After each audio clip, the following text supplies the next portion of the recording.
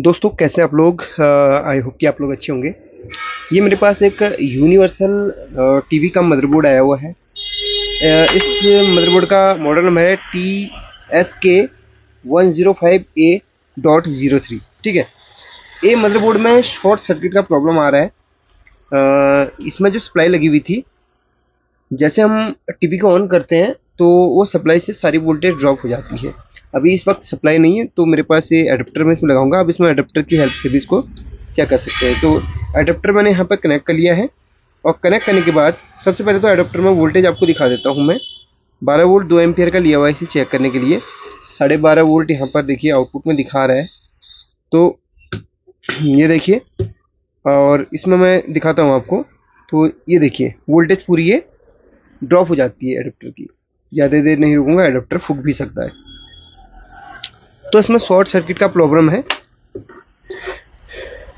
इसको मैं रखूंगा बजर मोड पे, सॉरी डायोड मोड में। और अब आपको इस 12 वोल्ट के जो जैक है इस पे दिखाऊंगा। ये देखिए फुल शॉर्ट सर्किट का इसमें प्रॉब्लम बन रहा है। अब ये जो शॉर्ट सर्किट का प्रॉब्लम बनता है वो ज़्यादातर किस वजह से बनता है, चलिए आपको मैं बताता हूँ।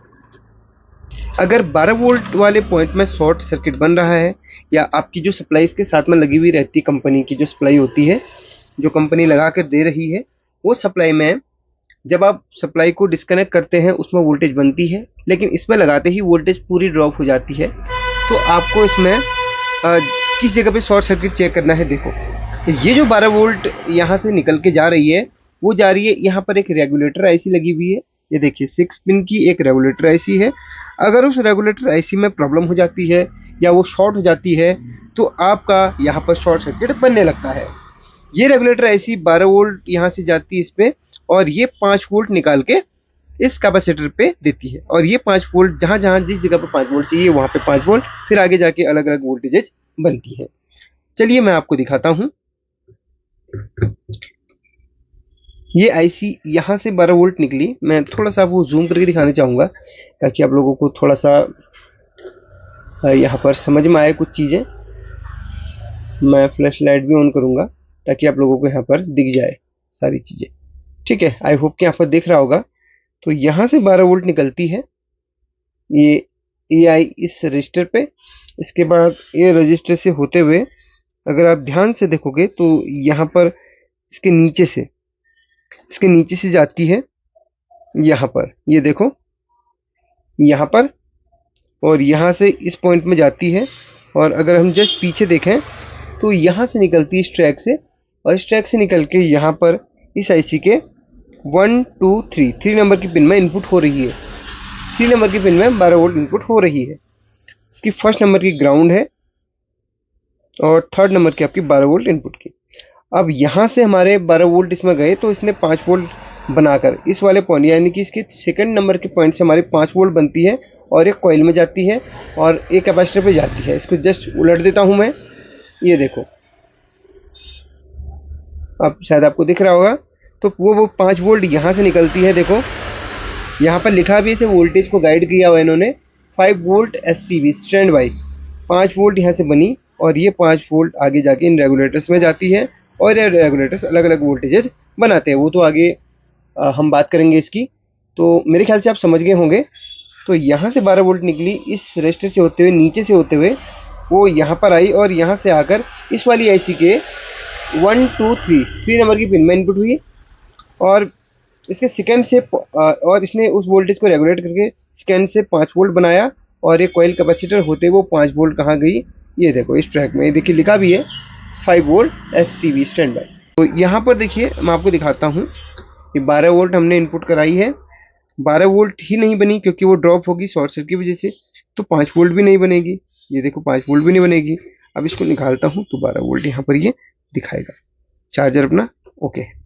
अब हमें करना है कि इस आईसी को हमने बाहर निकाल देना है, क्योंकि ये बाहर निकालना बहुत ज़रूरी है। नहीं निकालेंगे तो हम इसकी जगह पे कोई अदर मॉड्यूल नहीं लगा सकते, अदर आईसी नहीं लगा सकते। शॉर्ट सर्किट जो कंपोनेंट है इसको हमने रिमूव करना है। तो चलिए फिर इस रेगुलेटर को रिमूव करते हैं। आपके पास अगर SMD मशीन है तो उसकी हेल्प से भी इसको रिमूव कर सकते हैं। अगर नहीं है तो ऐसे भी ये यहाँ से रिमूव हो जाएगा। तो यहाँ से मैंने इस रेगुलेटर को रिमूव कर दिया है। अब हम चेक करते हैं कि यहाँ पर ये 12 वोल्ट बनी कि नहीं। अभी भी शॉर्टिंग ही है इसमें, इसका मतलब शॉर्ट कुछ और है, शॉर्ट कुछ और है ऐसा मतलब। अब देखते हैं शॉर्ट सर्किट क्या है। ये कैपेसिटर चेक करते हैं सबसे पहले, क्योंकि इसके पैरेलल पे हमारा कैपेसिटर लगा हुआ है, ये वाला। तो इसको रिमूव करेंगे हम कैपेसिटर को। एसएमडी कैपेसिटर है ये।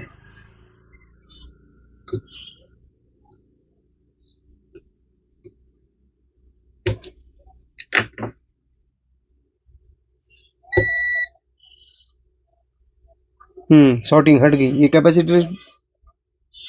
एक सेकेंड, इस कैपेसिटर में थी शॉर्टिंग। अगर रेगुलेटर हमारा सही निकलता है तो बहुत सही हो जाएगा। फिर रेगुलेटर भी साथ में अगर शॉर्ट रहेगा तो फिर गड़बड़ हो जाएगी। अभी देखते हैं। ओह, इधर पे 12 वोल्ट बन गई है। अभी मैं क्या करूंगा ना, इस रेगुलेटर को भी यहाँ पर लगा लूंगा एक बार, क्योंकि हो सकता है हमारा सही निकले।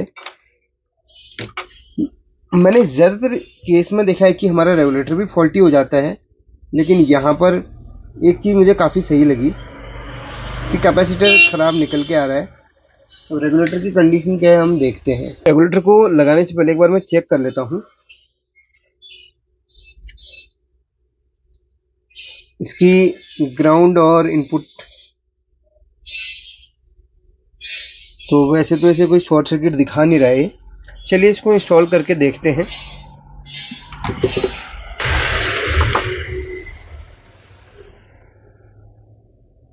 इसमें काफ़ी सही रहा कि रेगुलेटर का फॉल्ट नहीं निकला।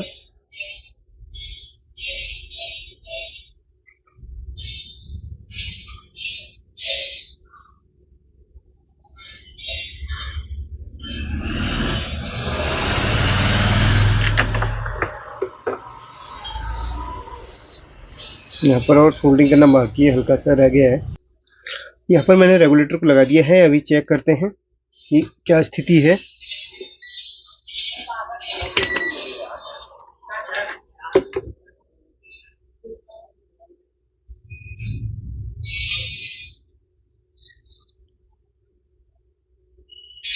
देखिए 12 वोल्ट आ चुका है और 5 वोल्ट चेक करते हैं। 5 वोल्ट भी ये आ चुका है। तो भाई इसके अंदर ये कैपेसिटर का फॉल्ट था, तो आईसी अपनी सही निकली। चलिए एक बारी मैं चेक कर लेता हूँ इसके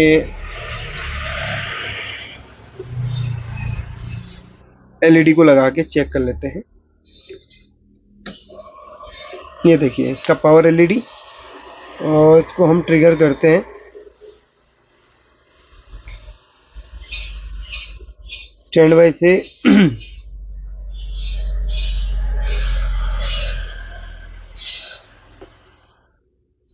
पावर बटन को एक बार शॉर्ट करके देख लेते हैं। स्टैंड बाय से रिलीज। अच्छा ये है शायद पावर बटन, इसमें उल्टा है भाई। वॉल्यूम प्लस को दबा के पावर आ रही इस पे। ये देखो इसको दबा के पावर आ रही है इस पे। ये देखो पावर ऑन हो चुका है। ये देखिए अदर बटन मैं जब प्रेस कर रहा हूँ तो ये अदर बटन ये फंक्शन कर रहे हैं। ठीक है, तो ये इसका पावर है। चलिए एक चीज़ मैं आपको और दिखाता चलूँ। जब आप इस वीडियो पे आए हैं तो कुछ और भी चीज़ें यहाँ पर बता देता हूँ आपको मैं। इस मॉड्यूल से रिलेटेड कुछ चीज़ें आपको मैं समझा देता हूँ। ये चीज़ तो मैंने आपको स्टार्टिंग में बता ही दी थी। अगर मान लिया जाए कि यही हमारा ख़राब निकलता तो हमें क्या करना पड़ता है, इसको निकाल के इस तरीके का एक मॉड्यूल आता है। इस तरीके का मॉड्यूल आता है जो कि हमारा 5 वोल्ट आउटपुट का इसमें से हमें करवाना है। तो ये 5 वोल्ट वाले पॉइंट, ये देखिए 5 वोल्ट, ये मल्टीपल यहाँ पर वोल्टेज आपकी लिखी हुई है। अगर हम चाहते हैं कि इससे 5 वोल्ट आउटपुट निकालें तो हमें ये 5 वोल्ट इन दोनों पॉइंट्स को आपस में शॉर्ट करना पड़ेगा, और इनपुट में यहाँ पर हमें 12 वोल्ट देनी है, तो इनपुट यहीं से हम 12 वोल्ट दे देंगे इसको, और ये आउटपुट में अगर हम इसको शॉर्ट करते हैं तो ये 5 वोल्ट बाहर निकालेगा यहाँ से। तो हमें आउटपुट में ग्राउंड का कनेक्शन नहीं करना है, सिर्फ आउटपुट से हमें पॉजिटिव निकालनी है 5 वोल्ट। एक वायर निकाल के हमें यहाँ पर कनेक्ट कर देनी है, 5V STB वाले पॉइंट में कनेक्ट कर देनी है। इससे ये होगा कि इस मॉड्यूल को, इस मदरबोर्ड को इस मॉड्यूल की हेल्प से 5 वोल्ट अलग से मिल जाएगी, तो ये अपना चालू हो जाएगा। ठीक है, अब इसमें रेगुलेटर ठीक था, सिर्फ एक कैपेसिटर इसके साथ में जो पैरेलल पे लगा हुआ था फिल्टर करने के लिए, वो शॉर्ट था, तो ये मदरबोर्ड अपना इस वजह से हमारा डेड की कंडीशन में चला गया था। तो देखिए ज़्यादातर केस हमारा रेगुलेटर का आता है, इसलिए हमने सब रेगुलेटर पे किया। अब हम कुछ और वोल्टेजेस भी आपको दिखाते हैं कि हमारी कितनी वोल्टेज इसके अंदर बनती हैं। 5 वोल्ट तो हमने चेक करवा दी, 12 वोल्ट भी आपको चेक करवा दी। अब यहाँ पर देखिए एक और रेगुलेटर यहाँ पर लगा हुआ है, ये वाला। इस रेगुलेटर के यहाँ पर मार्क है, यहाँ पर मार्क है, तो इसको हम फर्स्ट पिन पे हम चेक करते हैं। फर्स्ट पिन पे 4.9 वोल्ट, सेकेंड पिन पे कोई भी वोल्ट नहीं है, यानी कि ग्राउंड होगा सेकेंड पिन। थर्ड पिन हमारा 1 वोल्ट, फोर्थ नंबर का पिन हमारा 5 वोल्ट, 5 पिन हमारा 602 मिली वोल्ट। ठीक है, 602 मिली वोल्ट। इस रेगुलेटर की वोल्टेज, पिन आउट की वोल्टेज बता दी है। अब बात करते हैं इस वाले की, तो ये भी एक वैसे रेगुलेटर ही है, तो पहला कुछ भी नहीं है। अच्छा, मैं इसको स्टैंड बाय से रिलीज करता हूँ पहले, क्योंकि अभी ये स्टैंड बाय पोजिशन पे है। तो स्टैंड बाय से पोजिशन से हम इसको रिलीज करने के बाद ही वोल्टेज सारी सही बता पाएंगे। अब मैं दोबारा इस रेगुलेटर की वोल्टेज आपको चेक करवा के बताता हूँ, छोटे वाले की। फर्स्ट की पिन पे हमारे वही 49, सेकेंड कुछ भी नहीं है, थर्ड हमारा 1 वोल्ट, फोर्थ हमारा वही 5 वोल्ट 49, और ये फिर वो सेम है। अब इसका हम बताते हैं आपको। इसकी फर्स्ट नंबर की पिन पे कोई वोल्टेज नहीं है, सेकेंड नंबर की पिन पे हमें 5 वोल्ट, थर्ड नंबर की पिन पे कुछ नहीं, फोर्थ नंबर की पिन पे 5 वोल्ट, 5 नंबर की पिन पे हमें 3.3 वोल्ट, 6 में वही 3.3 वोल्ट, 7 में हमें 1.8 वोल्ट। ठीक है, 7 और 8 में हमें 1.8 वोल्ट मिलती है इस वाले रेगुलेटर के। अगर यहाँ पर सारी वोल्टेजेज ओके हैं, और हमारी 1.8 वोल्ट जो कि सीपीयू को जाती है, और 3.3 वोल्ट जो कि हमारी सीपीयू और इस ईपीरोम को जाती है, अगर वो वोल्टेजेज नहीं मिल पाती हैं, तो आपका ये रेगुलेटर हमारा इस वोल्टेज को बनाने के लिए, या इस वोल्टेज की प्रॉब्लम के लिए, ये हमारा ये जिम्मेदार है। ठीक है, ये रेगुलेटर 5 वोल्ट यहाँ से इस रेगुलेटर पे जाएगी, और ये रेगुलेटर हमें 3.3 वोल्ट और 1.8 वोल्ट बना के देता है। अगर ये नहीं बना के देता है तो आप ये सेट डेड रहेगा, वर्क नहीं करेगा।